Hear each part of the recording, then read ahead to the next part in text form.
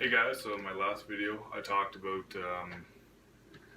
tools that every cyclist should have, whether it be road or mountain bike. This video, it's components, that basic home mechanic should have. And it's things that, are relatively easy to switch out. They'll save you a lot of time, possibly a lot of money, going to your local bike stores. Things that it's not really worth them doing at the shop, but you can do with ease.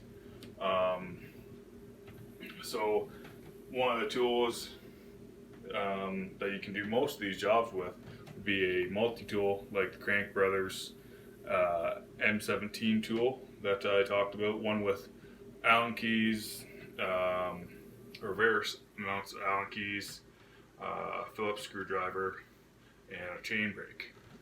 You don't have to have a Parks or a Crank Brothers tool. There are several other tools that do it. One of the ones that also do it would be Park Tool. Park Tool has a tool that also includes, which is another tool you need for this job, is a tire lever, or two. Two would be best depending on how your tires fit on your rims. But regardless, so let's start off with the first thing that you should have, especially if you ride off-road like gravel, cyclocross, mountain bike, would be extra, you can see that, extra derailleur hangers. These are a part that, believe it or not, are designed to get broken. They're designed to break so that it will save your derailleur. Often that isn't the incident. Often you break one of these, and if you don't stop, like in a short amount of time, your derailleur goes into your wheel, and then it's game over. But for instance, on my cross bike, I've broken what, 3-4 of these in 2 years. Really cheap. This one for Kona bikes, it's about $25. I've only bent and broken one of these. This one's actually for my tarmac. It bent, and then I went to bend it back, and it broke. That was unfortunate. And then this one I haven't broken yet, so I haven't had to use this one. But that one's the one for my track. They're all pretty cheap. They're like bottom brackets. There are so many of them. There's probably like 100, 200 of them. A good site would actually be Wheels Manufacturing. They have a whole list of them, and I'm pretty sure they actually have a chart that you can kind of punch in what your bike is and what model and what hanger you need. They're really easy. Typically Allen keys or Allen headed screws. Pretty easy to replace. Second thing would be tubes. So there are a wide variety of tubes, different stem lengths.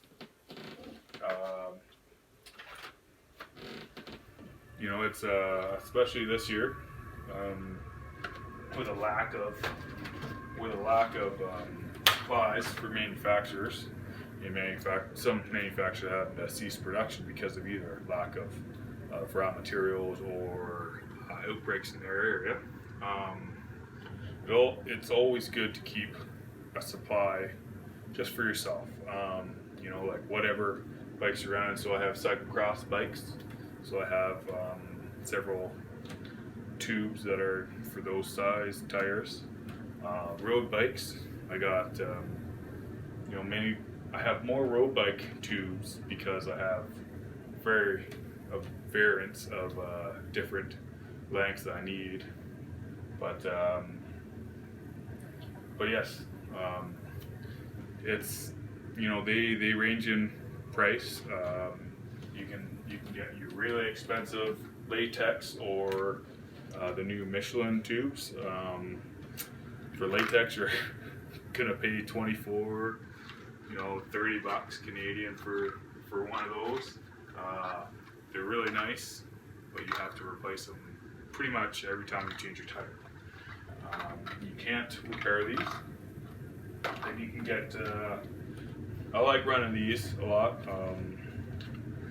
They're like an ultra light, but still butyl tube. They're, well, yeah, about $20 is top end, about what you're gonna pay. Usually either around $15. You can get the lower end Bontrager tubes for road. I think they're like $9. Really cheap. You know, tubes and tires, or tubes are typically pretty cheap. Expect to pay, depending on your country, $5 to $30 depending on how high you want to go. But it's always, it's easy to replace these. There's all kinds of videos on YouTube. Next item that you should have a lot of, or have extra of, not a lot, are tires. You know, you never know when you're gonna get you know, a big puncture where putting a new tube isn't gonna do anything. And depending on what you run, depending on where you live and how the supply is, I know here Hinton Jasper, it's really hard to get road stuff. So I typically have to order in all my stuff. So I wait, you know, 2-3 weeks. So I always have extra. I do about 3 extra AWS all-weather tires. They're 25 mil wide. They're about $65. Then for all my carbon wheels, or carbon wheel sets, I really like running the Specialized Turbo Cottons. They're quite a bit more expensive. They're $110 a piece. Also keep about 3 of those. I pair these up with latex tubes, and they are phenomenal. My dad actually, first time he saw me running these and was riding with me, he's like, he was surprised that they weren't tubulars. Just look of them and also sound of them. He's yet to ride on them yet. He was supposed to come out this year, and I was gonna let him ride on that setup, but you know, coronavirus, and that did not happen. But you don't have to have 3 of them. Just like 1 extra tire of whatever you're running. You know, like I'm pretty fortunate. Last couple of years, I've amassed several bikes and many different wheel sets. I think I have 3 or 6 different wheel sets. I have 2 cross bikes and an extra wheel set, and they all work on each bike. So technically, I can show up to a race with, you know, 3 different tread patterns, and all that type of stuff. Road bikes, I think the last count I had 6 wheel sets, and then 3 road bikes that have wheel sets on them. Like I've been fortunate. So, but with having all those different bikes, I have to, you know, I have many tires. So it's like you don't need to have a stockpile of 3, or, you know, like just 1. One's all you need, like just a backup one, even if you don't use it, like just to have you know, like a crappier tire, just hanging around just in case. That works too. Third item you should always have extra of is chains. You know, your bike store should always have chains. but you never know. They're pretty easy to put on. I think I'll make my next video about how I do chains. It's a little different than what I've seen other big YouTube channels do, but it's pretty easy. All you need is a chain brake, maybe a set of pliers, but they're, you know, for the All-Jager or SRAM Force, $60. $60 Canadian for a chain, especially if you don't have a chain wear gauge. They're pretty easy to do. Once you've done it once, it's pretty easy. You'll probably never take a bike to get a new chain on it again. And I've seen guys break them that aren't that powerful. So you just, if you don't check your chain, you don't know how possibly worn it is. And being a bigger rider, as of right now, I tend to put a little bit more power because I have to. And chains wear out really fast or stretch. So it's much easier for me to break a chain. If you're a track rider, you want to change your chain all the time. You're putting it like 2,000 watts. You gotta watch that. But they're relatively easy, cheap. Last thing, which I don't have to change that much, fortunately, is brake pads. You know, these are, both of these Zip ones are great pads. They're the high-end carbon stuff. I prefer the cork ones over these latch. I haven't even tried these new platinum ones, so they're supposed to be the replacement to the cork.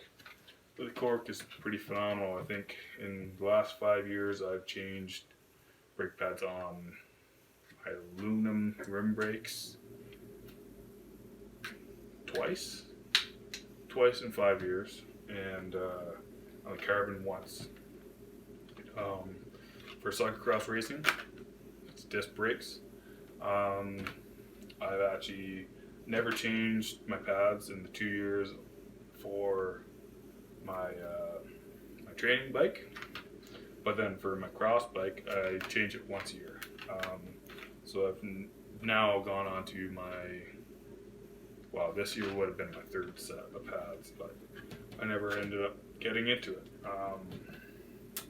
So they're again relatively cheap. I think these Swiss stops are $40 a piece. You have to buy 2 of them, front and back. Brake pads for aluminum pads, I want to say they're $20-30 a piece. They're $20-30 a set. The good carbon ones, you know, $60.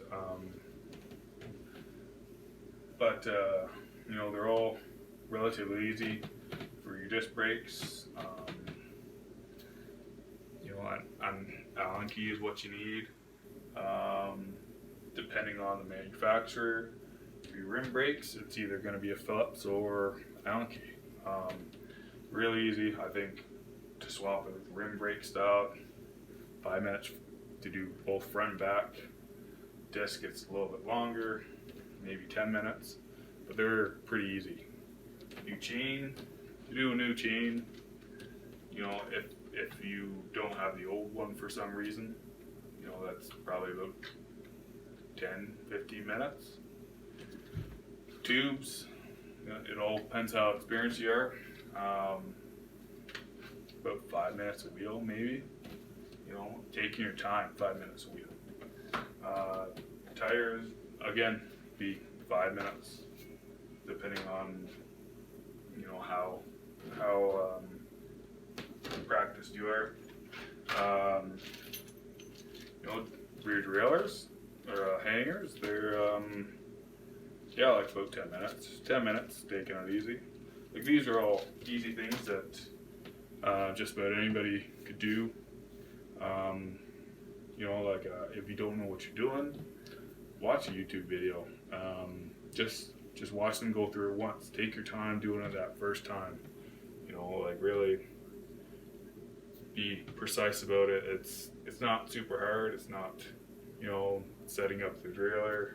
It's not bleeding. It's like they're, these are all easy jobs that just about anybody can do, and they'll save you money and frustration possibly of not being able to get them. You always keep a stock of them. You'll always have them. But yes, thanks for watching this video. Hopefully this helps you. But those, in my opinion, those are consumables that you should always keep at least one of. Thanks for watching. Bye.